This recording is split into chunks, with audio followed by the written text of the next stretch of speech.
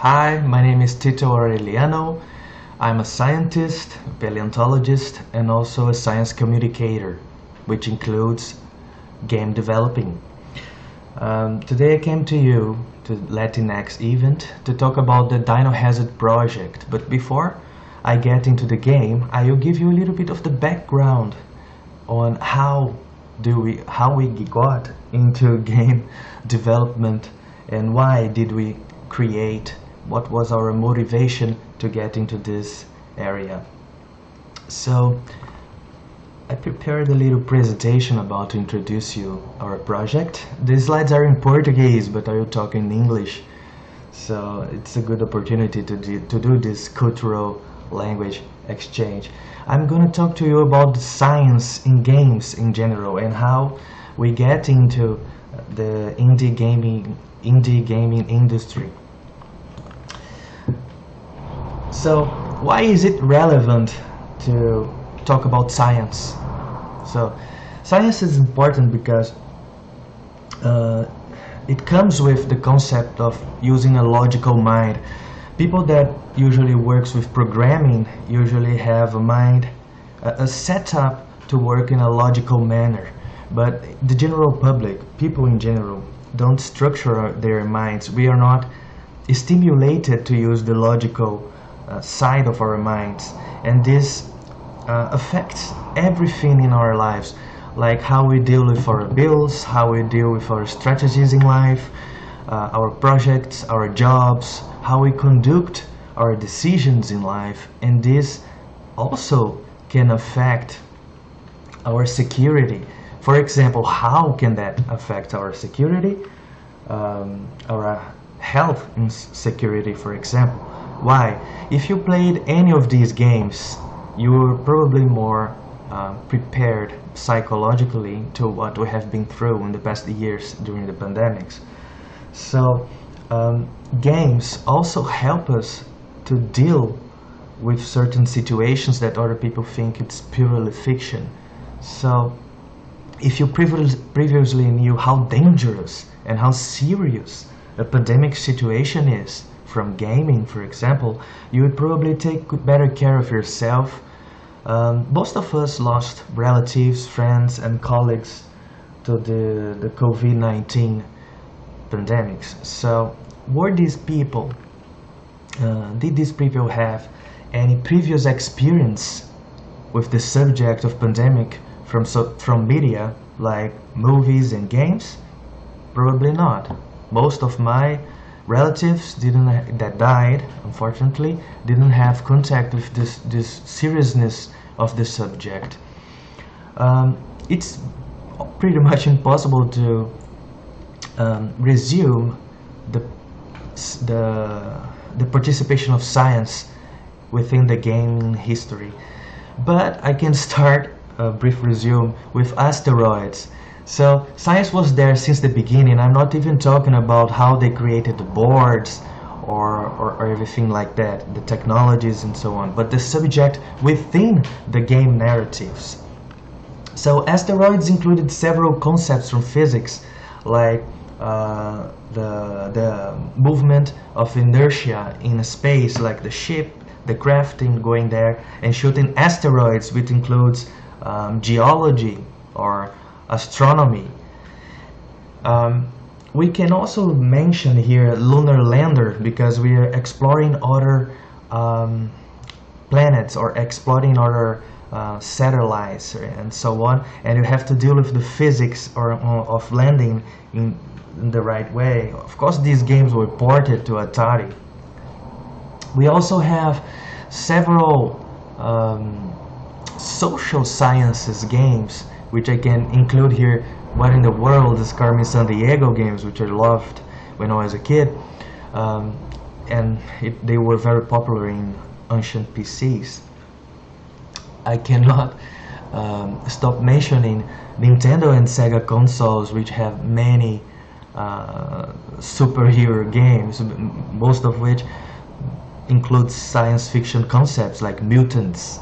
And we first learned what a mutant is, which is an advanced concept from genetics, probably from the Marvel uh, the Marvel heroes, and we played games about them, and we first got our contact with these concepts by then. But not only that, probably you know Echo the Dolphin games, which was an amazing way to be introduced with cetaceans and how complex their societies are from dolphins. Of course, it's a science fiction game, but a lot of what is shown in the game, like echolocalization, echovocalization, we probably got the first contact with this concept from playing these games into the Sega Genesis, you know.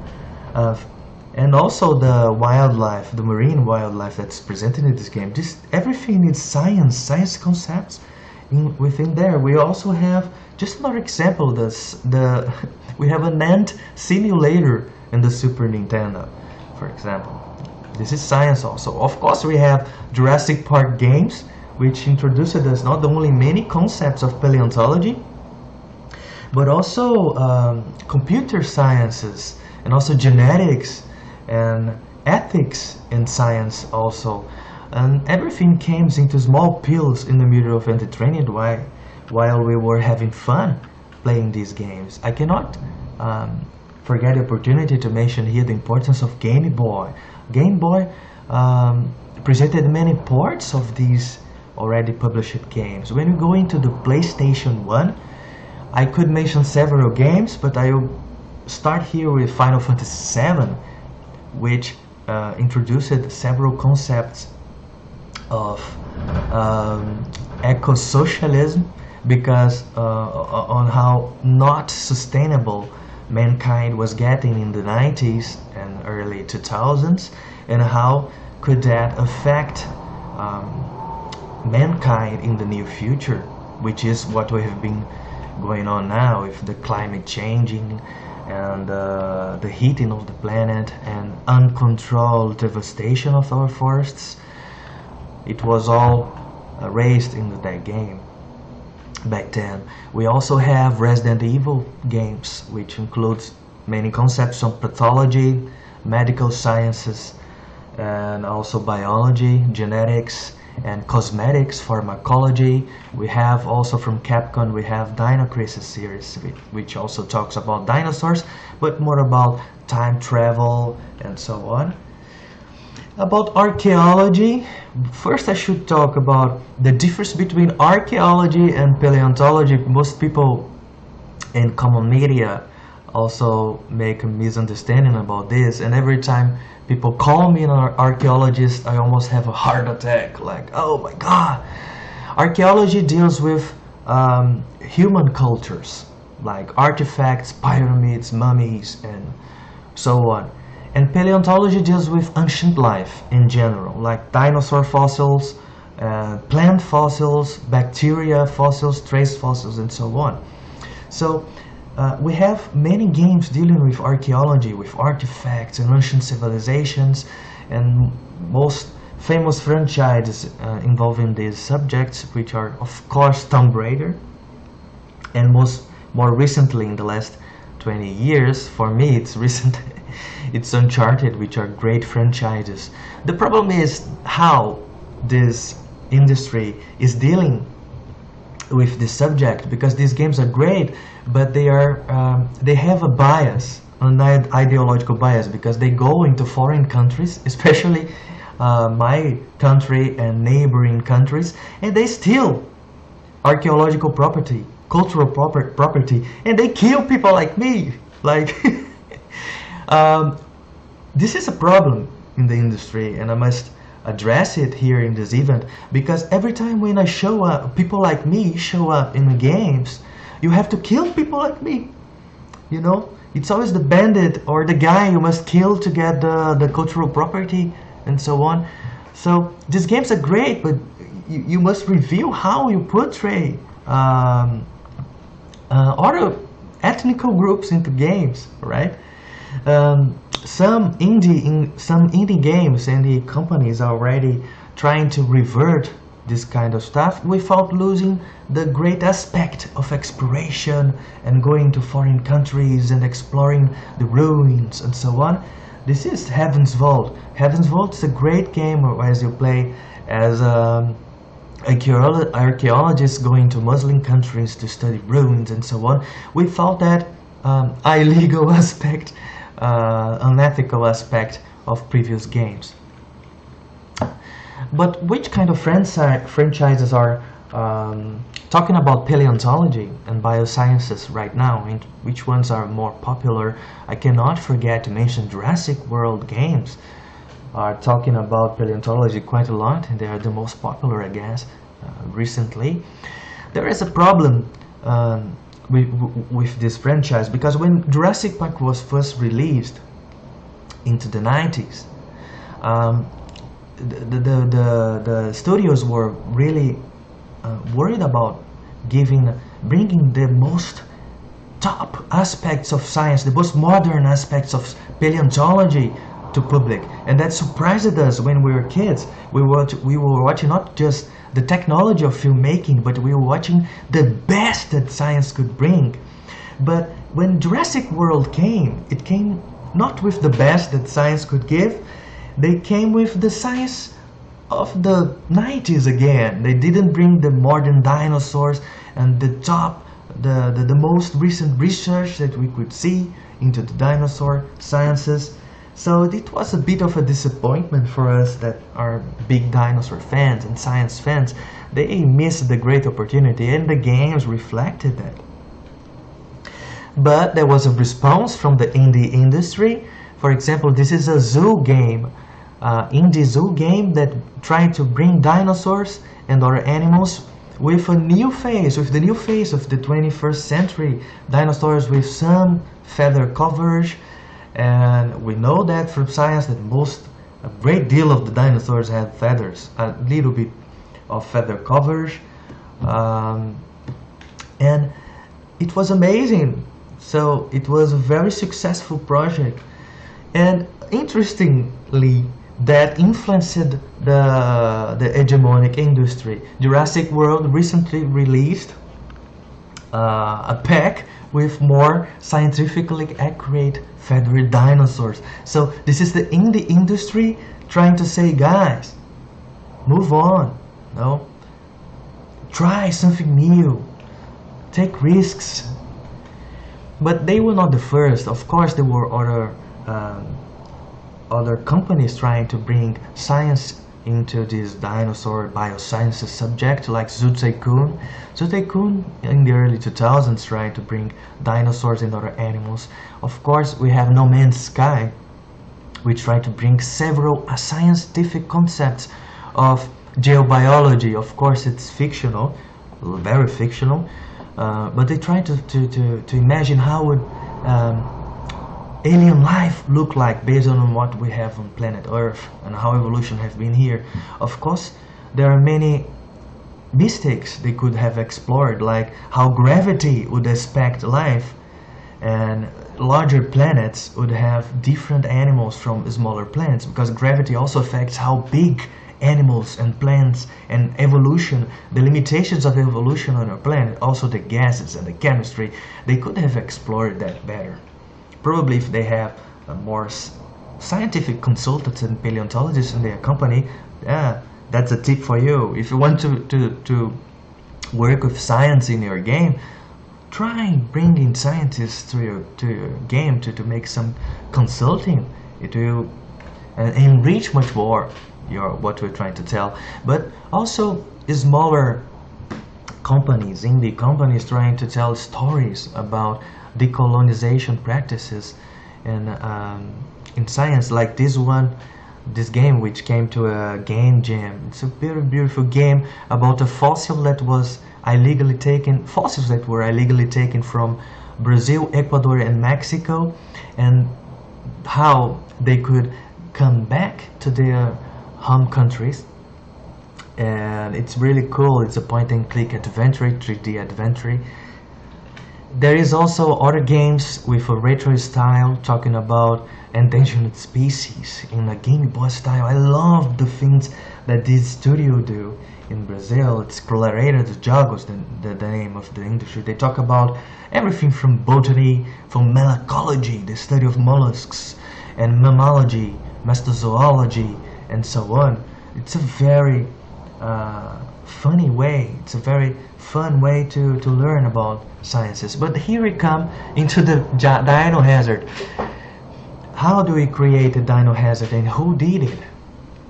It's a project that was created by me and my wife, Aline Gilardi, which is also a scientist in the area. Sorry. It's a franchise in an attempt to unite entertainment, it's scientific education, and social impact. So we want to create something that is fun, which has that traditional phase from the gaming industry, nothing too much boring and so on. Something that is as cool as something that have been in the industry so far, but trying to solve those things that we think it was wrongly represented or underrepresented. I grew up in the 90s, so I was born in the 80s, I grew up in the 90s. I should reveal right now that I am autistic. I was what people called, I was an Asperger's guy, but I am now called autistic spectrum disorder. My thing is dinosaurs. That's my hyperfocus since I was a kid. I was like Sheldon, so I started going into scientific meetings when I was a kid, and I started working really early in the university with research. But back in the 90s, all our references here in South America were foreign.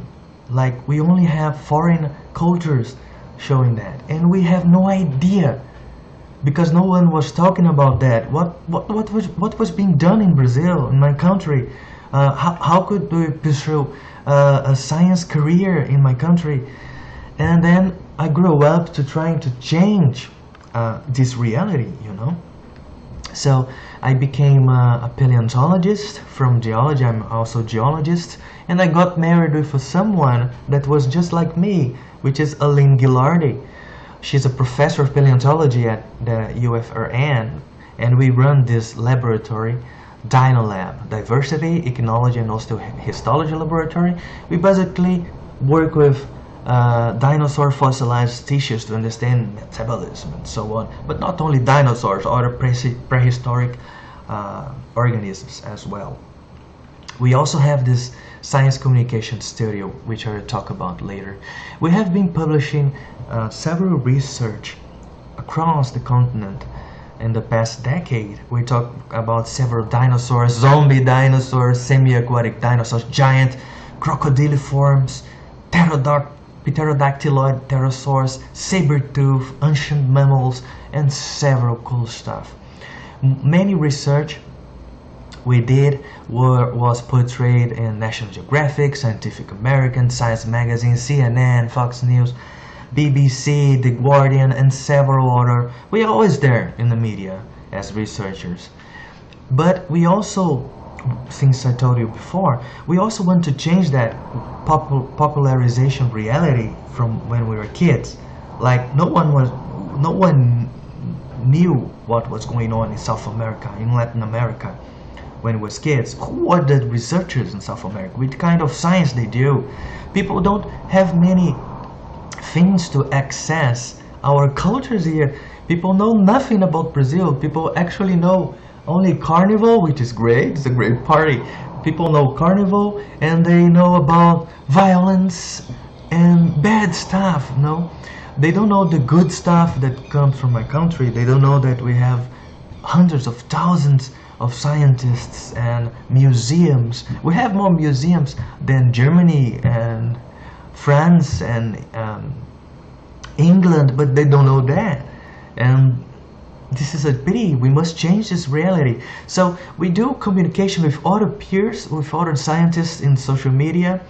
We also do popularization of science on TV, on person by person, in Brazil, in communities, and online also.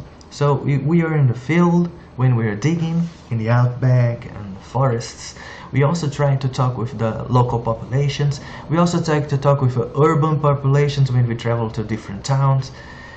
When we go to foreign countries, we also do lectures to talk about the science we do and the science of our continent, of our country as well.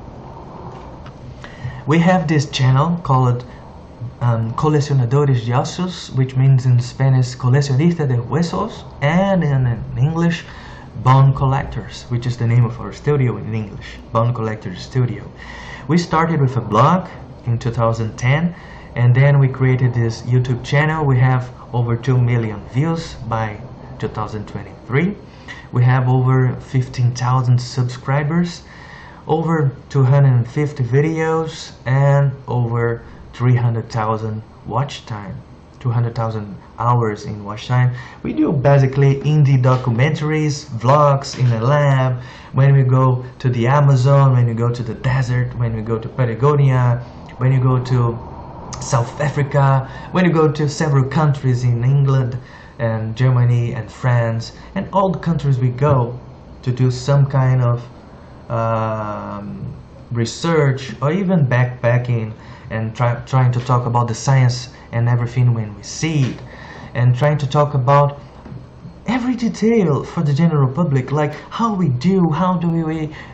elaborate our hypotheses and how this works with, and how can we become a scientist in your country, in your town, and so on. We try to provide that to the general public. But we are not alone. Several people that grew up in our generation back then also grew up to be science communicators as well in paleontology in general. So Brazil today, curiously, is one of the countries that have most science communications in the subject of paleontology in YouTube. But we also have people writing books and novels like we did, but our colleagues also do that as well. So right now you have a lot to consult about the science of Brazil, and also Argentina and Mexico have many nice books. But there's another problem. Very few people actually actively go there to consume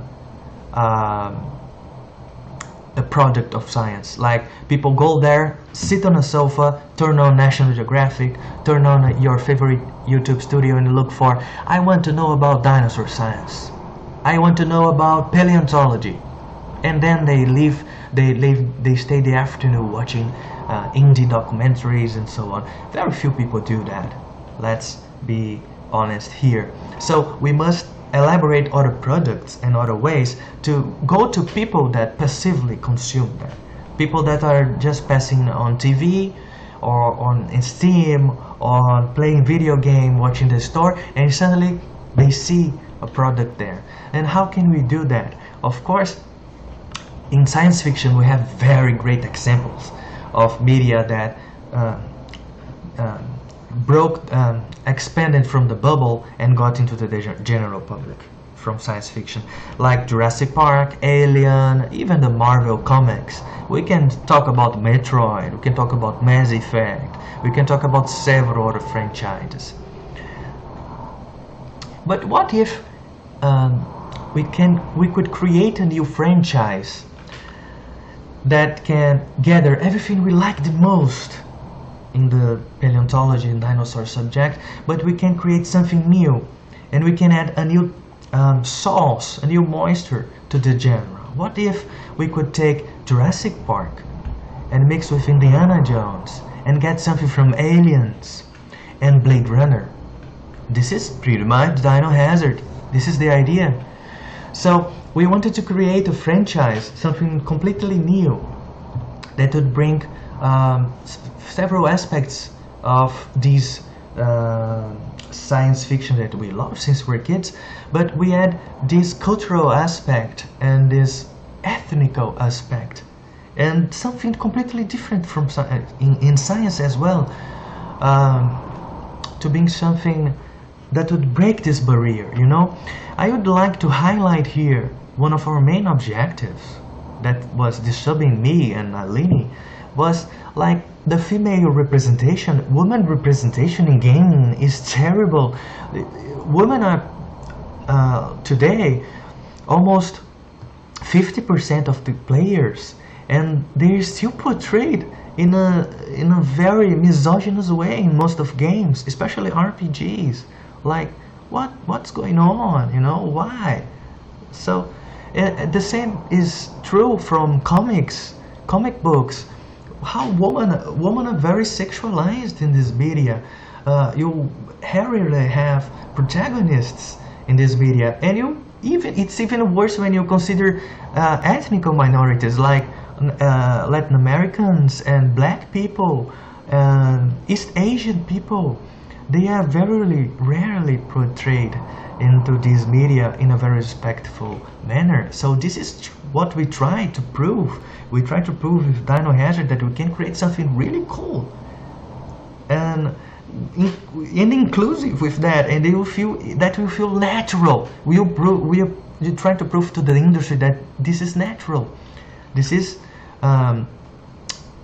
this is what we should expect from the industry. Moving on into inclusion, you know, I released the book in Portuguese, which inaugurated this franchise, which is called Dino Hazard Realidade Oculta, which is Realidade Oculta, Hidden Reality. This is the one that started the subject. It was translated into Spanish and English in the following years. This attracted our colleagues, our imaginative minds, like Hugo Cafasso, which is a very talented artist from São Paulo, and he did a crowdfunding to create toys and figures, collectible figures of the dinosaurs that appeared in the novel.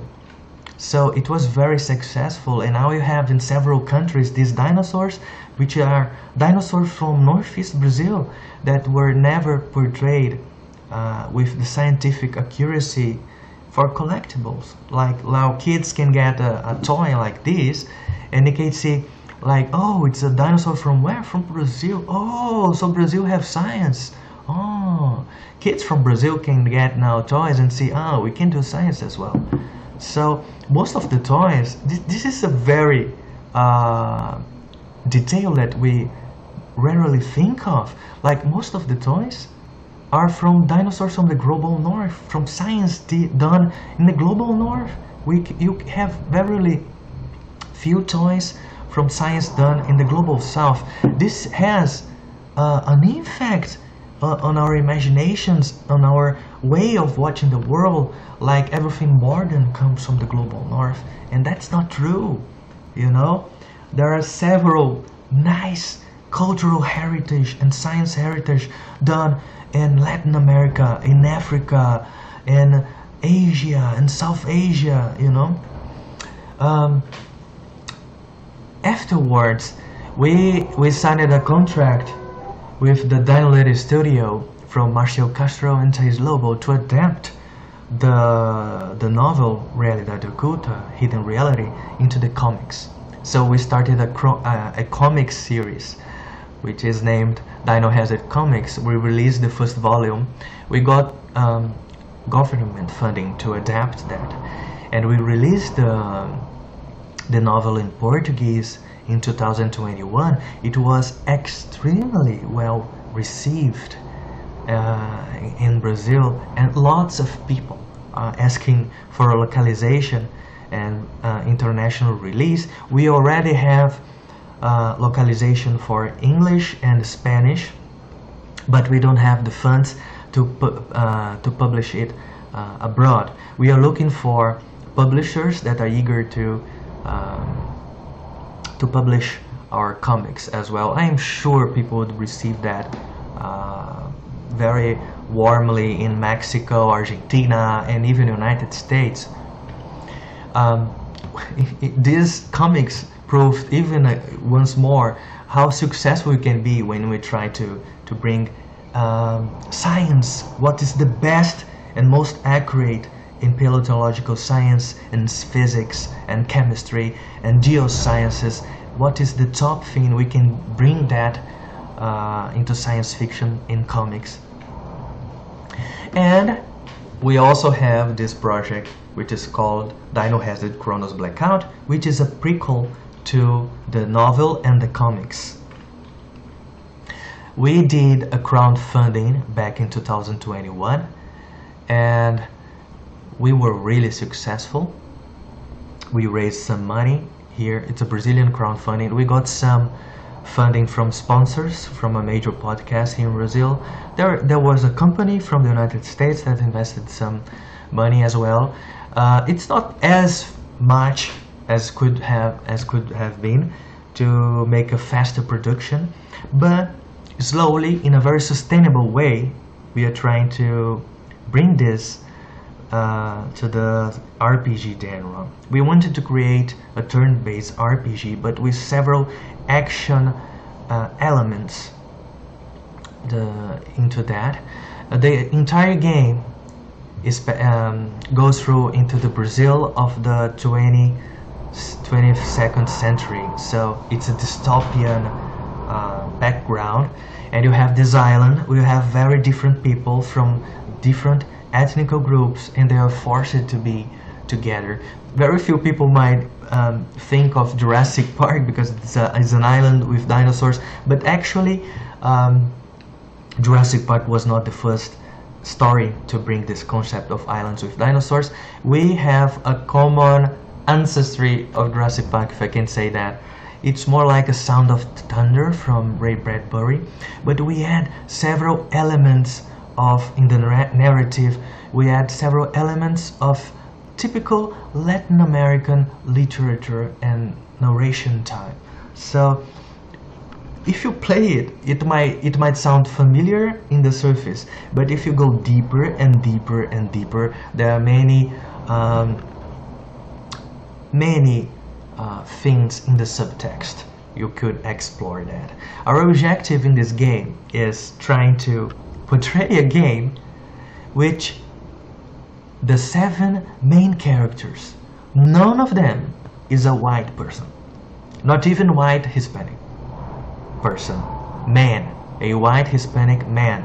Of course, we have 2 blonde characters there from Brazil, and you have black characters and multiracial characters as well. So we also have a variety of LGBTQIA+ characters as well. It's very subtle. And we also have autistic characters. We have characters with hyperactivity disorder. So we try to explore human diversity into this game in a very fun way. And you have several elements from Zelda, Metroid, Undertale, you know, Dragon Quest, and especially Earthbound, because I love Earthbound. If you like the craziness of Earthbound and you want something more of with a different temper and different stuff, Dino Hazard Chronos Blackout is a game for you. You're gonna really enjoy it. So we have our game in Steam Early Access since 2021. We have been really successful with over 3,000 players in the Early Access. We have a very active community. So we are always trying to solve bugs. We have Portuguese localization. We are working on a better Spanish localization and Russian localization as well. But we have plans to release the full game in the end of the year for the Steam Early Access, but we also will release into the consoles. We will port it to the consoles as soon as we get also the Chinese and the Japanese localizations next year. So we have many women players from around the globe. We will have streamers and they enjoy the game. Most of the gamers are from Brazil, of course, but curiously we have many gamers from the United States, the United Kingdom, and China as well. So we have a lot of people in the wish lists, growing people waiting for the release. I hope more people will get into the game. It is something created by passion and by our hearts, and a mission to to change the world also, and to provide fun for people, but also changing the world. And our educational, scientific educational subject was also achieved. So people are learning concepts from paleontology, from geology, and from our culture, Brazil. People are learning that. Naturally, they learning the name of the animals. I must be clear here. All the animals that are in the game, in the comics and the books, are animals that were discovered and studied in our country. So it's our attempt to show the world that we also produce science in a very subtle manner. So you won't have T-Rex, you won't have Velociraptor, but you have the South American cousins of them. So you you learn a lot about South American science playing this game without even knowing it. Okay? I promise it. It's gonna be fun. So we are expanding here. We have our projects going on. We have projects for the continuing the comics and the novels. We also have a project for TV show, but cannot talk much about that, but it's right there into the line. We are already on a TV show, but we are waiting for the funding, which is going to be partially funded by the government here in Brazil. So I expect in the future we release a TV show, and I hope it will be translated into Spanish, English and other languages, so we could access more of our culture, which is a satisfaction for us to provide this communication bridge and trying to change the world. What I want is to have minorities like black people, multiracial people like me, to have autistic children growing up, I don't know, in Honduras, in Ecuador, in Colombia. They watch the TV and say, wow, I can be a paleontologist. I want girls. I want girls watching Aline and saying, and the characters in the game saying, wow, I can do that. I can be brave. I can be a scientist.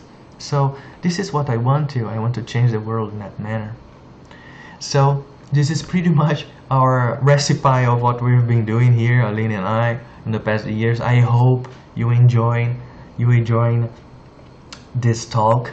Alright, and if you want to get in touch, you can reach me out by Twitter, email, and our Dino Hazard website. We have this channel also, Colecionadores de Ossos. It's the Bone Collectors official channel.